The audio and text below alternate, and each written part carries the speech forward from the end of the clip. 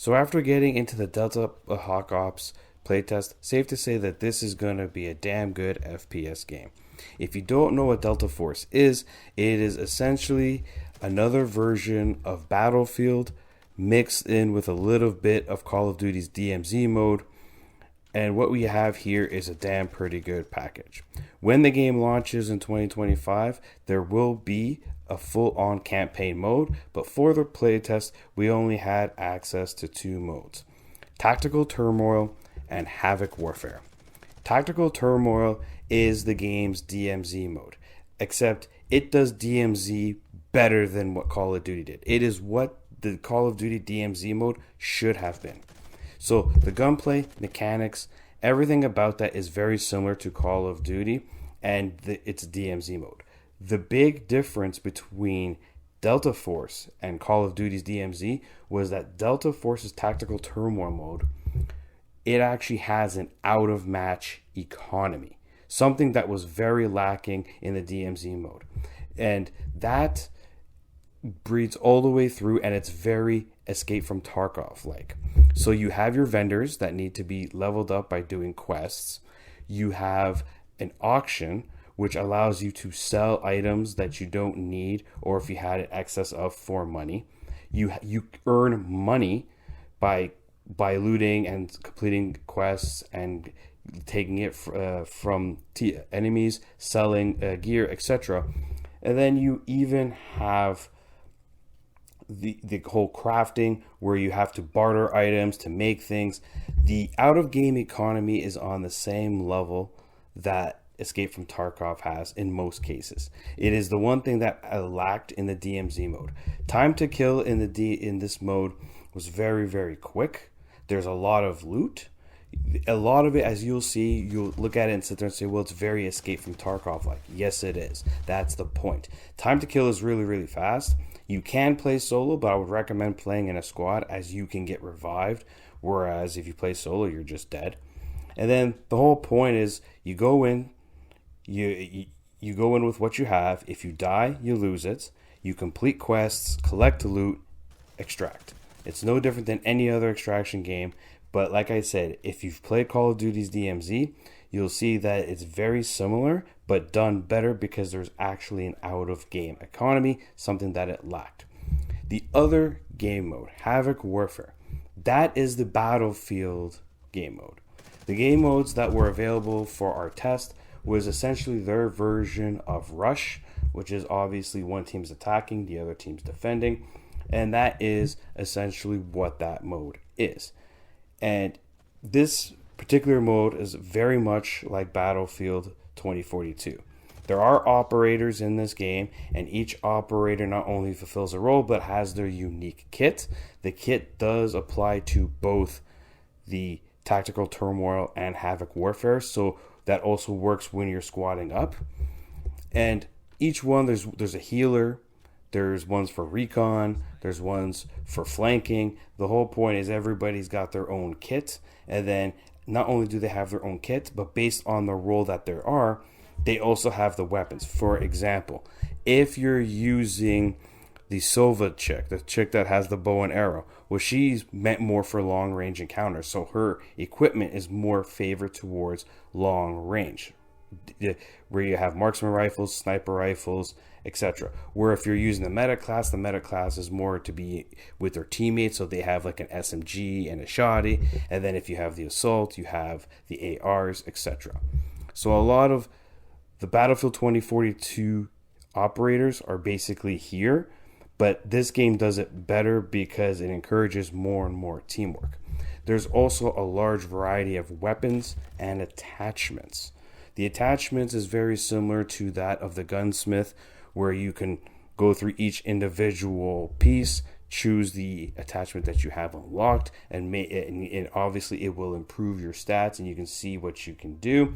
You can also tweak each individual attachment so that if it gives you maybe a little bit more stability but sacrifices mobility, or vice versa, you want a little more mobility but a little less stability, etc. So there is a lot here in terms of customization. There's also a lot here in terms of unlocks. You are constantly unlocking things because you have your weapon levels, you have your account levels, then you have an assortment of challenges for both game modes, and then there's an assortment of challenges that apply through across the game, all of which gives you a variety of rewards, whether it's unlocking new weapons to XP boosters to another currency that will then be used to unlock other things. So you're constantly unlocking things to the point where it can kind of feel like it's overwhelming because there's so many things to look at. At the same time, you could play one match, play really well, and unlock a whole bunch of things from a variety of sources. So there's definitely a lot here, and there's definitely quite the grind if you want to unlock everything. But again, this is a free-to-play game. So overall, the game looked good. It ran good. It will come to consoles, my understanding even the PS4 and Xbox One. I didn't experience many bugs or glitches, and my overall performance on my rig was very, very good. So I can't complain about the bugs, glitches, or performance of the game. So what's the negative? What's the negative of Delta Force? Well, I see two of them. First and foremost, because it is a free-to-play game, how are they going to monetize? There is no battle pass in terms of this build, and they haven't disclosed what the monetization practices are going to be like. I could assume that for their tactical turmoil, their extraction mode, they'll probably charge extra for storage space. They'll probably charge real world money to get in-game currency to buy things if you run out. I could see things like that. I could see a battle pass. I could see customization for the operators. So until we know, it's hard to say because the game is going to have a campaign. It has all this content, but it's got to make money somewhere. So we won't know that until the game actually comes out. So that's one negative that I see. Another negative, and this one, it depends on who you are. As much as Havoc Warfare is a Battlefield-like game mode, it feels like Battlefield, it plays like Battlefield. The one thing that it's missing is destruction. The game doesn't have the Battlefield-esque destruction, so some people might sit there and say, well, Battlefield's still better because of the destructible environments. If that's how you feel, that's how you feel. But from every other standpoint, from my opinion, what's here is already better than Battlefield 2042. Plain and simple. What's here is better, and it's free to play. And we have no idea how the next Battlefield's going to launch, if it's even going to launch in a working state. You know how DICE is. So what's here really does give you that Battlefield feel in terms of that particular game mode. It's just there's no destruction.